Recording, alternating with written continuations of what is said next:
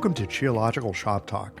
In this podcast, we bring you roughly 20 to 25 minutes of practical clinical methods, perspectives, and advice that has its work boots on.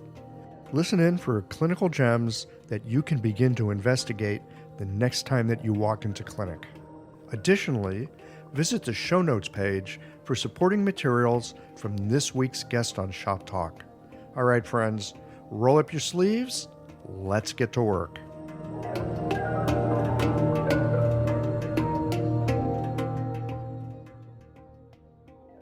This episode of Shop Talk is brought to you by Lhasa OMS, your clinic's partner in wellness.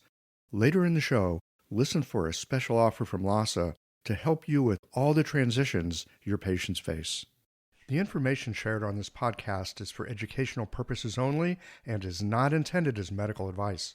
Always consult a qualified licensed healthcare professional before making any decisions about your health or treatment. The host and guests are not responsible for any actions taken based on the content of this podcast. Hi, I'm Tracy Stewart, and today for Shop Talk, I thought I'd share with you some interesting ways to look at the Bazi, how you might use it, and how Chinese astrology is both similar to and different from Chinese and other East Asian medicine.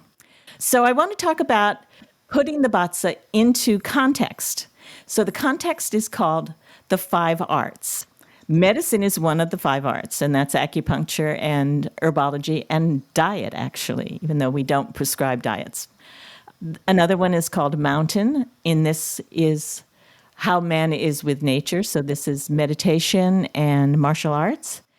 Divination, which is the practice of numerology and predicting the future. And the I Ching is in this category. And physiognomy, which is about appearances, and face reading is in this category, and also feng shui. The Bazi is in what's called the life category, and the Bazi includes other forms of astrology that are more about, the planets and the stars. But the Bazi itself is called the Pillars of Destiny, and we'll talk more about that. I wanted to talk a little bit about how I got sort of started with all of this Chinese stuff. It really started with the I Ching and, throwing the I Ching almost every day to see, what was in store. And I became sort of fascinated by the wisdom that I found there.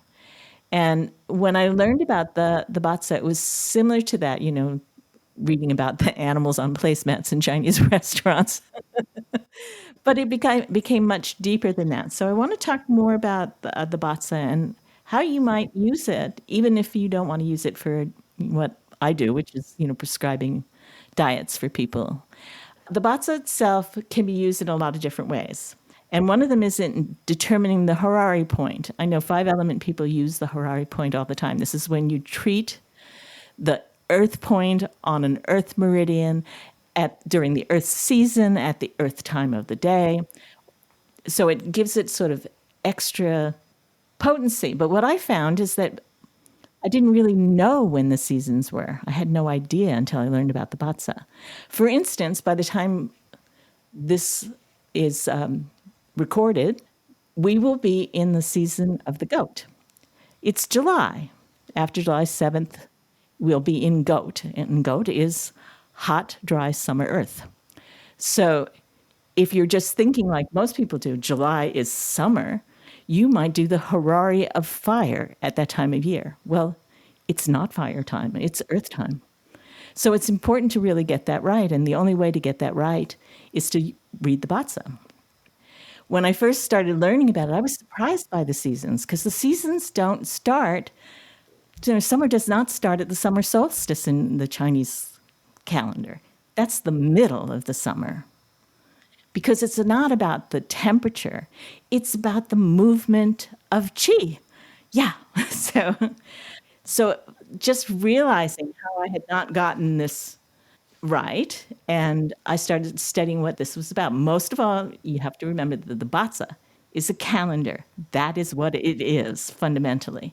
It's a solar lunar calendar, and it's very, very accurate.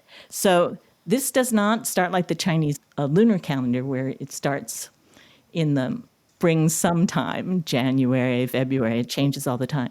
It always starts around January 4th, not exactly. And it changes by maybe a day or two, by minutes, by hours. And it's adjusted. This calendar is adjusted by minutes every 2 weeks. This is not like the Gregorian calendar, which is adjusted every 4 years by a day. So when it's off, it's way off. So it's so accurate. NASA uses this calendar because it describes what's happening with the actual sun and moon and the earth. The calendar itself is made up of 4 pillars: the day, the hour, the month, and the year. And mostly we know the year. We usually know the year of our birth. It's not always the most important part. Probably one of the most important parts of the Batsa is the interactions between the pillars. The way we talk about, Chinese philosophy has all of the 5 arts have the same things in common. They start with number 1, the Tao. Nothing to talk about there. Number 2, yin and yang. Number 3, the interaction of yin and yang. Number 4, the 4 directions and the seasons. Now we're starting to get more and more of the emphasis of the Batsa. And then when you have put the earth in with the directions, you have a pivot, a pillar on which things turn, and you have movement. So then you have come to the 5 phases and the interaction of the 5 phases. So like the 3, many things happen at the odd numbers. So going further on, we come to the numbers of 10, which is the upper part of the Batsa, the 10 heavenly stems. So this is the 5 elements doubled. So in medicine, those elements are the liver and the gallbladder, yang wood, yin wood. In the Batsa, they're more about the pure energy of, say, water, like oceans, as opposed to, say, ponds, or streams, as opposed to rivers. So, but it's the same sort of energy of what wood is in a person, but it's not necessarily organs, right? So those are very similar, but the bottom part of the Batsa chart is the earthly branches, the 12 earthly branches. So a big difference happens here. In the 12 earthly branches in a human being, you have the meridians. And the meridians for fire are doubled. So the reason the meridians for fire are doubled is because we're talking about the divine, the Shen of heaven that lives in every human being. And so what happens with the heart is emphasized so that there are actually 4 meridians specifically to the fire of the heart. This is not the case in the Batsa. Fire is not doubled. In the Batsa, the earth is doubled because it's about time and place. And the earth becomes so important because it's the rhythm that holds life together. It's the cyclical rhythm of life. So it's about the seasons changing in a regular fashion, month to month, year to year, always the same, day to day, 2-hour time period to 2-hour time period. And between each season, there is earth. So after you have the winter solstice, you go into the cold, wet winter earth, transition into the spring. And then you do the spring, and then you go into spring earth, which is warm and wet, right? And then you go into summer earth after summer, hot and dry. So this cycle is pivoting around the earth element.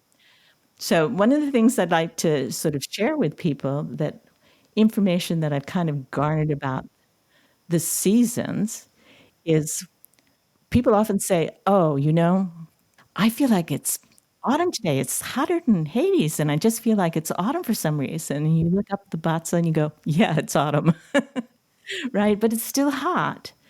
And it's actually because of the energy. We feel the energy shifting, and you can actually go out and start pruning. If you have a lot of pruning to do, you can start pruning, say, the camellias that, start blooming early.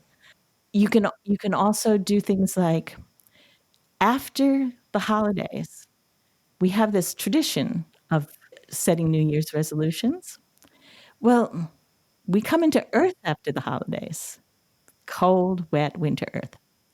And when that happens, what you get is this energy that's like an ox. Walk to the end of the road, turn. Walk to the end of the road, turn. Walk to the end of the road, turn. It's not time to start anything new.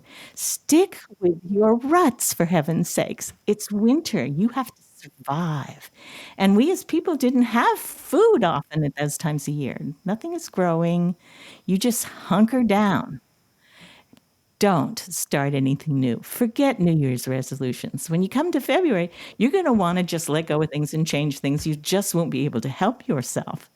It's not like you'll start resolution. You'll just let go of stuff and say, I want to do something new, right? That's natural, normal order of things. So one of my advice from you from the Batza, don't make New Year's resolution. Give yourself a break. Everything in the universe is working against that. Just don't do it.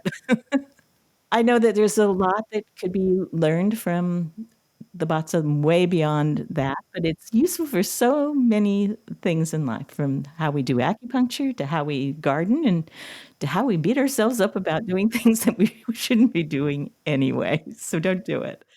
And of course, there's a tremendous amount to learn, and you can find some of this information on my website, which is qibalance.net. That's qibalance.net. And you can learn both about the Batza and Korean Sasang there. You can sign up for my mentorship program, which is starting in early August, August 5th. Or you can just get your own dietary analysis done. And you'll also find out a lot about your curriculum. It's in there. And what you have to work with to either manifest your destiny or succumb to fate. So thank you for your time. I'm Tracy Stewart at qibalance.net. When you're looking for herbs, tools, and supplies to guide your patients through life's transitions, you need quality you can trust. Lhasa OMS offers an unmatched selection of acupuncture needles for every style, herbs from all your favorite manufacturers, and everything else you need to run your clinic with confidence. Visit lhasaoms.com to source the herbs and other supplies featured in this series. Use the code FERTILE15 for 15% off your next purchase at lhasaoms.com. Some exclusions apply. See website for details. That's it for this episode of Shop Talk. Did you learn something that brought a patient to mind? Don't keep a good thing to yourself. Share it with a friend. They'll be happy that you did. And tune in again for our next episode of Shop Talk.